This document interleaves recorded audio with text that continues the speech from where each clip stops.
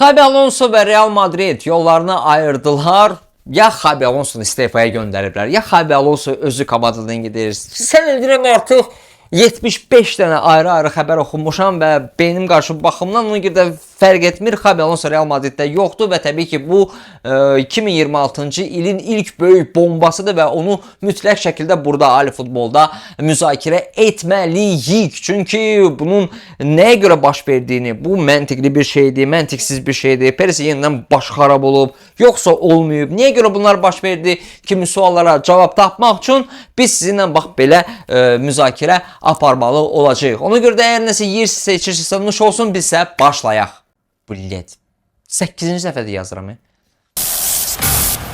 Birinci ondan başlayaq ki, Xabi Alonso'nun son oyunundan sonraki statistikasına nəzər saldıqda mənim və bir çox əslində futbol fanatlarının, futbol izləyicilərinin sualı yarana bilər. 31 oyuna 22 qələbə, 4 heçə, 5 məğlubiyyət. Problem nədədir? Problem nədədir? Çünki yeni qurulan komanda üçün, yeni baş məşqçi üçün, gənc baş məşqçi üçün, hansının ki karyerasında bu ilk böyük proyektdir, bu olduqca yaxşı nəticələrdir. Olduqca yaxşı göstəricilərdir və tam əminliklə deyə bilərəm ki, uşaqlar və bundan sonraki müzakirə vaxtımızda da başa düşəcəyik ki, məsələ heç də qazanılan nəticələr deyil. Məsələ daha dərin və olduqca mən elə gəlir ki, böyük kluba yaraşmayacaq bir məqamlarda, amma qabağa getməyək, gəlin Xabi Alonso'nun ümumiyyətlə Real Madrid'ə necə gəldiyindən danışaq. Carlo Ancelotti'nin Real Madrid'i tərk edəcəyi ilə bağlı olan şayələr hardasa yanvardan başlamışdı və əsas namizəd kimi yalnız və yalnız Xabi Alonso göstərilirdi. Çünki Zidane, Arbilo, Raul, ola eləməsin, Raul oraya gəlsin. Gəlmə. Kimi namizədlər o qədər də ciddi görsənmirdi. Hər kəs başa düşürdü ki, Xabi Alonso Bayer Leverkusendən gedir və onun yeganə ünvanı Real Madrid olacaq. Amma bax bu istefa xəbərlərin fonunda daha bir xəbər yayıldı ki, əslində Xabi Alonso'nu Real Madrid'də Perez bir o qədər də istəmirdi. Bu Real Madrid'in ya icraçı ya idman direktorunun tələbi, təklifi, təkidi ilə baş verən bir keçid idi və Perez sonunda razı oldu.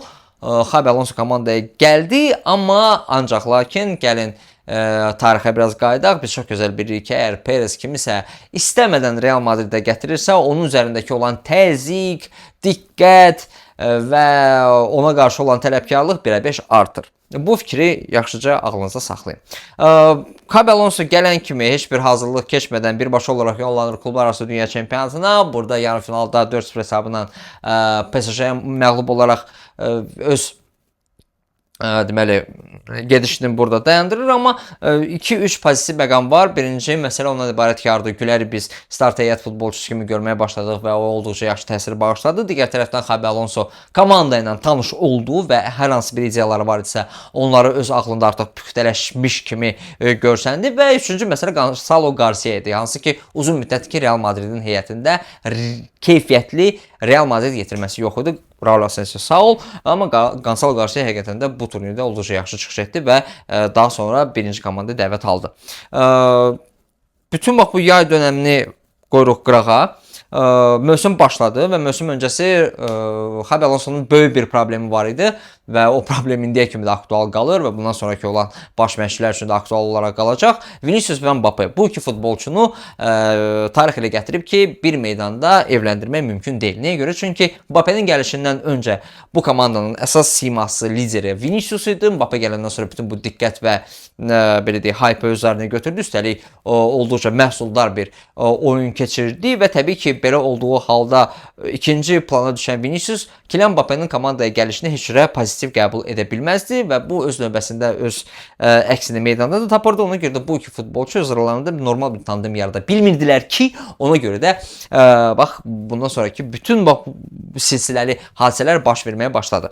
Çünki yenə deyirəm, bu normaldır əslində. Çünki əgər sən Real Madrid kimi komandanın nə qədər də bu biabırçı səslənsə də, amma Vinicius kimi Vinicius 7 nömrəni nə günə qoyublar Allah. Əgər sən bu komandanın liderisənsə, idmançı mentalitetin sənə icazə verməyəcək ki, sən desən ki, yaxşı Mbappe gəlir, bundan sonra mən ikinci plan futbolçuyam. Bu mümkün deyil. Əgər bu futbolçularda bu mentalitet olmasa, onlar inandırım sizə ki, Real Madridin heç R hərfini də görə bilməzlər. Ona görə bu normaldır. Sadəcə olaraq baş məşqçinin əsas vəzifəsi ondan ibarət ki, bu iki futbolçular arasındakı olan bu hər hansı bir əlaqəni qurmaqdır və onları komanda lehinə istifadə etməkdir ki, bu Carlo Ancelotti'də alınmamışdı və nə qədər də progressiv baş məşqçi olmağına baxmayaraq, Xabi Alonso üçün də bu bir o qədər də və da hətta ondan daha çox böyük problemə oxşayırdı. Mövsüm başladıqda amma məni çox sevindirən bir məqam oldu. Mən uzun illərdir ki, Real Madridi məşqçi komandası kimi görməmişdim. Yəni məşqçi ideyasını meydanda, oyunda biz görmürdük. Çünki Mourinho'dan sonra Real Madridin tarixində iki əsas baş məşqçi fiquru vardı. Biri təbii ki, Carlo Ancelotti idi, digəri isə Zinedine Zidane idi. Bu iki baş məşqçi bir o qədər taktiki məqamlara əsaslanan baş məşqçilər deyildi. Onlar daha çox psixoloji cəhətdən mentor idilər, mentor idilər. Onlar komandanı düzgün istiqamətləndirib və sadəcə heç nəyi korlamadan futbolçuların fərdi üstünlüyünə əsaslanaraq onlara tam olaraq etibar edərək oynadırdılar və bu öz nəticəsini verirdi. Lakin yeganə problem ondan ibarətdir ki, və balaca bir şey, bu dövr ərzində Real Madridin baş məşqçi kimi məşqçi ideyasını tətbiq etmək istəyən yeganə şəxs Rafael Benitez'dir. O da yarım ildən sonra komandanı tərk etdi. Təsvir olsun ki, yox, mən buna çox sevinirdim. Lopetegui'dən Salari'ni yaddan çıxardaq, o anlaşılmazlıq idi sadəcə olaraq. Yəni bu iki böyük baş məşqçidən sonra Mourinho dövrü keçdikdən sonra İlk baş məşqçi idi ki, mən meydanda məşqçi ideyasını görürdüm və bu məni çox sevindirirdi. Çünki Real Madrid hətta Carlo Ancelotti'nin son o 2-3 il dönəmində baxmayaraq ki, 2 dəfə bax bu Çempionlar Liqası kubokunu başı üzərinə qaldırmışdı. Heç bir bu mövsümlərin birində hegemon futbolu futbol diktə edən tərəf kimi görsənmirdi. Bu daha çox yenidən fərdi ustalıq, yəni City kimi komandalara qarşı olduqca əzazil oyunu oynamaq, oyun dağıdıcılığı, fərdi ustalıq və s. Yəni bu tam da azarkeşlərin mənə gəlir ki, Real Madrid azarkeşlərinin təbii ki, o qədər də görmək istədiyi oyun deyil. Düzdür, nəticələr bu məqamları örtbastlıq edirdi, amma keçən mövsüm göstərdi ki, hər şey bir o qədər də asan məsələ deyil. Yəni dediyim məqsəd ondan ibarət ki, Real Madrid kimi komanda, belə heyətə malik olan komanda təbii ki, futbol diktə edən tərəf olmalıdır. Və Xabi Alonso da həqiqətən də bu ada layiq olan bir futbol göstərmək istədik və gəlin etiraf edək ki, mövsümün əvvəlində bu onda olduqca yaxşı alınırdı. Ta ki, El Clasico gələnə kimi, çünki El Clasico'da Xabi Alonso mənim fikrimcə elə bir ki, biraz öz ideyalarından əl çəkdi. Onun üçün əsas məsələ ilk El Clasico'sunda ən azından məğlub olmamaq idi və böyük xoşbəxtçilik nəticəsində Xabi Alonso bu oyunun 2-1 hesabı ilə qalib kimi ayrıldı. Amma oyunda baş verən bir nüans var idi. Vinicius'un əvəzlənməsi, Vinicius'un reaksiyası, mən düzdür. Bundan öncə şayələr gəzirdi ki, komandanın daxilindənsə problemlər və s. Amma futbolçular hamısı çıxıb dedi ki, öyle bir problem yoxdur. Biz Xabi Alonso'ya inanırıq, onun uğrunda ölməyə də hazırıq və s. Dedi, yaxşı da indi sarı pressadır. Bəlkə Perez'in Xabi Alonso xoşuna gəlmir deyənə hansısa belə deyir, sarı jurnallar tərəfindən yayılan bir duraq söhbətdir. Amma bu sözləri deyən Vinicius, Mbappe, Rüdiger və s. reaksiyalardan biz görürük ki, yox, problem var. Problem var və bu məsələni daha çox araşdırdıqda sən demə problemin bir neçə aspektləri var. Birinci məsələ təbii ki, Vinicius'dur. Ümumiyyətlə, Vinicius'un Real Madriddə mövcudluğu mənə gəlir ki, Real Madrid fəlsəfəsinə ziddir və bu illərdir necə belə baş verir, necə olur ki, bu futbolçu hələ də bu komandadır. Mən tamamilə başa düşmürəm. Bu birmənalı olaraq biabırçılıqdır, bu birmənalı olaraq klub embleminə qarşı olan hörmətsizlikdir. Çünki Real Madridin 7 nömrəsi özünü belə apara bilməz. Vinicius provokasiyalara gedir, provokasiya edir. Ağzın danışığını bilmir, hərəkətini bilmir, futbolçu olaraq qeyri-stabildir, imic baxımından həm özünə, həm kluba keçən ilin qızıl topundan sonra olduqca böyük zərbə vurub və bu şəxsin meydanda ağız açmağına belə imkan vermək lazım deyil. Çünki həqiqətən də bu insan öz belə deyək hüdudlarını hiss eləmir və Carlo Ancelotti'nin dövründə deyəsən onun çox başını sığallayıblar deyə o tamamilə özünü belə deyək də harasa göylərdə hiss edir. Çünki bu yol verilməz bir şeydir. Xabi Alonso'nu isə konstruktiv baş məşqçi olan Xabi Alonso'nu isə Vinicius kimi futbolçular 200 kilometrdən qıcıqlandırmalıdır. Niyə görə? Çünki Xabi Alonso konstruktiv şəxs olaraq məşq prosesinə olduqca ciddi yanaşır və onun üçün disiplin olduqca vacib və labüd amillərdən biridir. Sən demə, uzun müddətdir ki, bu da bilmirəm, şayədir, xəbərdir. Ən azından mənə elə gəlir ki, bu daha çox reallığa əsaslanan bir şeydir. Çünki yenə deyirəm, bu oyun sxemi ilə bağlı Xabi Alonso'nun heç bir problemi yox idi. Hə, zədələr və s. və l. bunu qoyduq qırağa, amma oyun sxemi ilə bağlı Xabi Alonso'nun heç bir problemi yoxdur və üstəlik də böyük klublarda həmişə bu meydanda gördüyünüz bütün bu problemlər futboldan kənar olan aspektlərin, nüansların təsiri altında baş verir. Sən demə, deməli qayıdaq o məsələyə. Sən demə uzun müddətdir ki, məşq prosesi zamanı futbolçuların dostları, xüsusən Vinicius'un dostları və s. və axır tribunada otururlar, məşq izləyirlər və s. və axır. Xabi Alonso normal olaraq bunu birməli olaraq sonlandırdı. Bu yol verilməz bir şeydir əslində və olduqca doğru qərardır. Mən olsaydım digər nə bilim bu baxımından konstruktiv olan bir baş məşqçi də eyni şey elədir və bu kifayət qədər normal qəbul edilməlidir. Amma Real Madriddəki olan bir çox futbolçular uzun müddətdir Carlo Ancelotti'nin belə deyək, sığalı altında böyüyüblər, puxtələşiblər deyəndə onlar üçün bu bir o qədər də normal qəbul edilmədi və ilk kontaktlar buradan baş verdi. Digər məsələ Rodrigo idi ki, bu Mbappé Vinicius məqamları bir qırağa Rodrigo'nun oyun vaxtı ilə, oyun dəqiqələri ilə təmin etmək lazım olmaq üçün meydana buraxmaq lazımdır. Vinicius əvəzlənməsi baxımından narazı idi 1, Rodrigo az oynadığına görə narazı idi 2, Fede Valverde sağ cinahda oynadığına görə narazı idi 3, nə bilim Xabi Alonso məşqçilər korpusunda öz fizioterapevtini görmək istirdi, amma Perez və komanda Pintus'un gəlməsini istirdi. Yekunda ya Pintus oradan çıxarıldı, yenidən qaytarıldı. Yəni komanda daxilində çox ciddi atmosfer problemləri var idi və təbii ki, bu nə vaxtsa bir bomba kimi yığılıb barıt kimi partlayacaqdı sonda və bu partlayışın ilk qığılcımları gəldi Çempionlar Liqasına. Liverpool'la bərbad oyun, daha sonra City-ilə bərbad oyun və Xabi Alonso'nun artıq, hətta City-dən oyundan qabaq Xabi Alonso'nun belə deyək də, bu kürsüsü hardasa yellənməyə başladı. Artıq xəbərlər çıxmağa başladı ki, filan oyun Xabi Alonso üçün son oyun ola bilər. Qalib gəlməsə Xabi Alonso'nu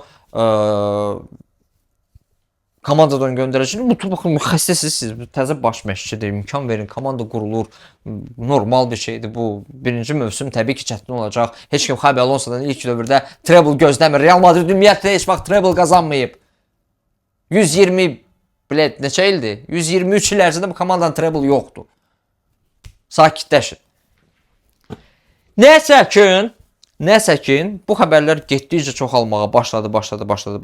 City-dən oyun. Və sən demə, artıq biz bunu post factum bildik. İspaniya Super Kuboku Xabi Alonso üçün son təbili idi mi, necəm, son xəbərdarlığı idi mi?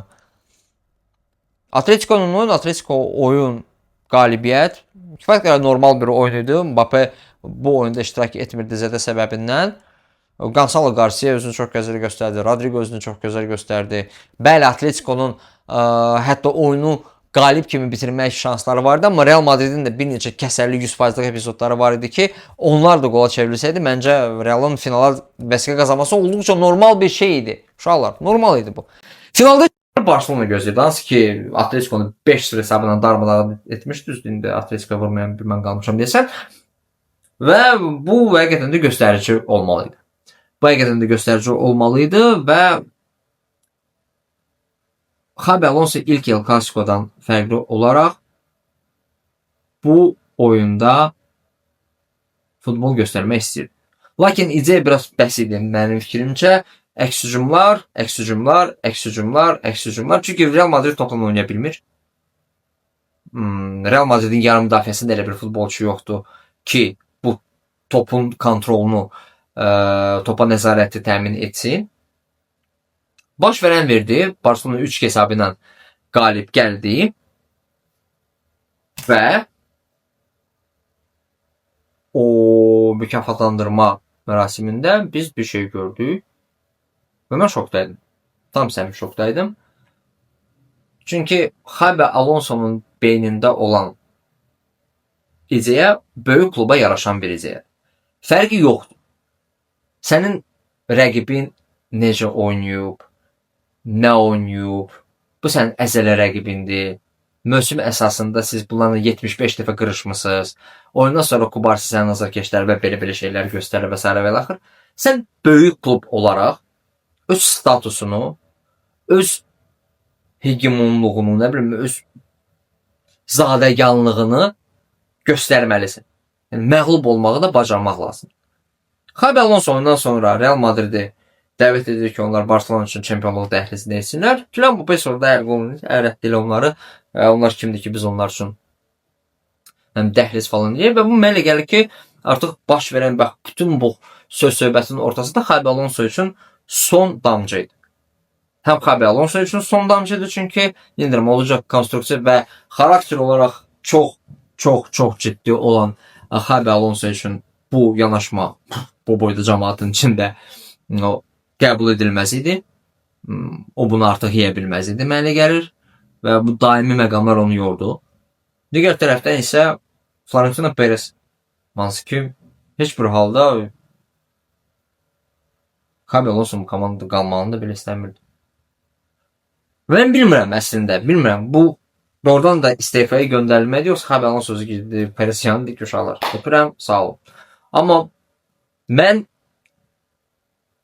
hər iki versiyada Xabi Alonso'nun komandadan göndərilməsinə, getməsinə tərəfdar olmazdım. Nə qədər də razı olmasında. Yanvarda belə baş məşqçini dəyişmir. Xabi Alonso fantastik baş məşqçidir və o bu Real Madridi həqiqətən də olduqca yaxşı yerlərə gətirə bilərdi. Perez olaraq həll olması bir dənə problem var idi. Vinicius sadəcə olaraq komandadan göndərmək. Çünki A, bu oyuncunun yendirəm heç bir qatqısı yoxdur. B, bu futbolçu yalnız və yalnız negativ gətirir. 3, ona yaxşı pul təklif edirlər və o bu pula gedəsi kimi görsənir. Üstəlik, mənə o çatmır ki, bütün bu baş verənlərin fonunda olduqca uğursuz mövsüm, olduqca böyük image itkiləri yaşayan Vinicius Junior hələ bir Real Madridə maaşla bağlı da təkliflərini göndərir. Bu çox gülməlidir, həqiqətən də çox gülməlidir. Florentino Perez sadəcə olaraq ya Vinicius'u göndərməli idi, ya Xabi Alonso'nu oturub onunla müzakirə edilməli. Okey, sən getmək istəyirsənsə gəl mövsümün sonunu gözləyək, ondan sonra sən komandanı tərk edə bilərsən. Mbappé ilə danışmaq olardı ki, komanda daxilində bir söhbət olsun. Mbappé çıxıb ən azından hansısa bir hal-xətrin qalmasın bir bəyanat açıqlaya bilərdi. Çünki hal-hazırda Xabi Alonso'nun getmək məntiqsizdir. Çünki bu baş məşqçi ilə qlobal olaraq heç nəyə məğlub. Heç də uduzmuyor. Çempionlar Liqasında hər şey davam edir. İspaniya Liqasında hər şey davam edir. İspaniya Kubokunda hər şey davam edir. İspaniya Super Kuboku komanda fırladın sokun dalvızadı. Yəni İspaniya Super Kubokunda uşaqlar. Buna görə baş məşqçini Xabi Alonso'nu baş məşqçini qoyduqları Xabi Alonso'nu göndərmək ağılsızlığı. Amma bu baş verdi. Və tam səmimi, mən gözləyirdim ki, bu Zidane olacaq. Çünki yalnız və yalnız Zidane kimi figura görə Florentino Perez Xabi Alonso'nu yanvarda buraxa bilərdi. Amma bu belə olmadı. Bu da şokdur əslində. Və onun yerinə Alvaro Arbelo'nu təyin edirlər. Və mənə maraqlıdır ki, niyə? Yəni, Xabi Alonso kimi artıq nəticəsi olan Bayer Leverkusenlə Bundesliga qalibi olmaq həqiqətən də böyük nəticədir uşaqlar. O məğlub edilməz sezon və s. və axır göstərir ki, bu baş məşqçi debil deyil. Onun Real Sociedad'dakı oyunu və s. və axır göstərir ki, bu baş məşqçinin ideyası var. Alvaro Arbeloa da pis baş məşqçi deyil. Amma Alvaro Arbeloa'nı da eyni şey gözləyir. Vinicius kimi futbolçu Alvaro Arbeloa'nı heç bir halda avtoritet kimi qəbul edib onu dinləməyəcəkdir. Yəni ilk dövrdə birinci problemdə, birinci söz çəpləşməsində Arbeloa'da gedəcək. Bu olduqca açıq kitab kimi bir məsələdir. Yəni bu barədə ümumiyyətlə şübhələnməyə belə dəyməz. Çünki bu belədir. Və çox maraqlı bir məsələ ondan ibarətdir ki, Arbeloa da ideya tərəfdarıdır. O da ideya futbolunu irəli sürmək istəyəcək. Əgər bu belə baş verəcəksə, futbolçular bunu qəbul etməsələr, onda o atıb içinə mövsümün sonunu gözləməlidir. Və onda nə mənası var edən Xabi Alonso qalırdı və onda çətin də olsa öz ideyanı itələməyə alınırdı. Arbeloa da alınacaq, alınmayacaq bilmirəm. Arbeloa nə üstünlüyü var Xabi Alonso qarşısında mən başa düşmürəm. Bu çox çətin olacaq. Nədənsə mənə elə gəlir ki, bu mövsüm sonuna kimi olan bir məsələdir. Yayda başqa baş məşqçi olacaq. Və mən bütün Tanrıya, bütün mövcud ola biləcək qüvvələrə yalvarıram, dua edirəm ki, növbəti baş məşqçi Raul olmasın. Çünki Raul Gonzalez, bilirsiniz, mənim Raul'a qarşı olan münasibətim tamamilə fərqlidir. Bu ikinci Real Madrid hörmətsizliyini mən Raul'a qarşı görmək istəyirəm. Çünki Raul da Xabi Alonso kimi ideya, disiplina, məşqə ciddi yanaşmaq, ulduz xəstəliyi olmaz, komanda hər şeydən önəmlidir. Raul, Real Madrid tamamilə başqa münasibət növüdür. Problem, yenə deyirəm, Xabi Alonso deyil. Bütün bu məğlubiyyətlər və s. və axır Xabi Alonso'nun problemi deyildi. Xabi Alonso'nun problemi deyil ki, Trent Alexander-Arnold'un zədələri var idi. Bu məşqçi korpusuna aid ola bilər, amma fizioterapevtlər arasında bilməm, ya onların dəyişikliyindən baş verən bir məqamda yoxsa yox. Sən bilirsən ki, Perez olaraq sənin müdafiə xətti ilə bağlı problemin var və yanvar transfer pəncərəsi açılandan sonra heç bir futbolçunu cəlb etmirsən. Yekunda tam hazır olmayan Jim Hüysen, bərbad Raul Asensio, tam hazır olmayan Rüdiger və Tchouaméni müdafiə mərkəzində oynamağa məcbur olur. Dəyişər. Sadıcı olaraq dəyişər. Maraqlıdır. Həqiqətən də çox maraqlıdır. Və bu bitəcək bilmirəm, amma tam səmimi mən Real Madriddən, Xabi Alonso'nun dövründə nəsə gözləntim var idi, Arbeloa'nın dövründə. Düzdür, çox istəyirəm ki, Arbeloa da hər şey alınsın, çünki bu onun günahı deyil. Amma onu da başa düşmək olar, Real Madrid gərək ya Zidane olasan, ya da Carlo Ancelotti ki, səni ikinci dəfə çağırsın. Digərləri bunu görməyəcək mənə gəlir. İzləyə görə. Siz isə öz fikirlərinizi təbii ki, bu videonun altında yazın. Sizcə Xabi Alonso komandadan getməli idimi? Ümumiyyətlə onu göndəriblər, yoxsa özü gedib? Arbeloa'ya inanırsınız, yoxsa yox? Arbeloa olmasa ondan sonraki baş məşqçi kim olacaq? Bunlar hamısını danışan, mən YouTube'dakı olan bütün şərhləri oxuyuram və maraqlı məqamlar olduqda, maraqlı fikirlər olanda mən orada hətta müzakirə edirəm. Təbii ki, bizim Instagram, TikTok, Telegram kanalımızı izləyin, xüsusən də Telegram kanalımızı izləyin, çünki Telegram kanalımızda bizim bax belə daimi söz-söhbətlərimiz həmişə olur və YouTube kanalımıza mütləq şəkildə uşaqlar abunə olun, dostlarınıza göndərin, çünki bu yaxınlarda siz çox yaxşı xəbər gözləyir. Biz böyüyürük. Bu nə deməkdir? Videolarımızı izləyin, çünki bu yaxınlarda çox maraqlı proyektlər sizi gözləyir. Mən sizi desən, heç vaxt yatmayacağım belə tempdən geçsək. Səhər saat 8-dir, mən 9-cu dubldan axır ki, bu videonu yazdım. Hər şey yaxşı olacaq. Hər şey yaxşı olacaq, gedin montaj edin. Özünüzdən və yaxınlarınızdan müğayət olun, sən mən idim Ali Futbol. Möhtəşəm. Gəlin görüşlədik.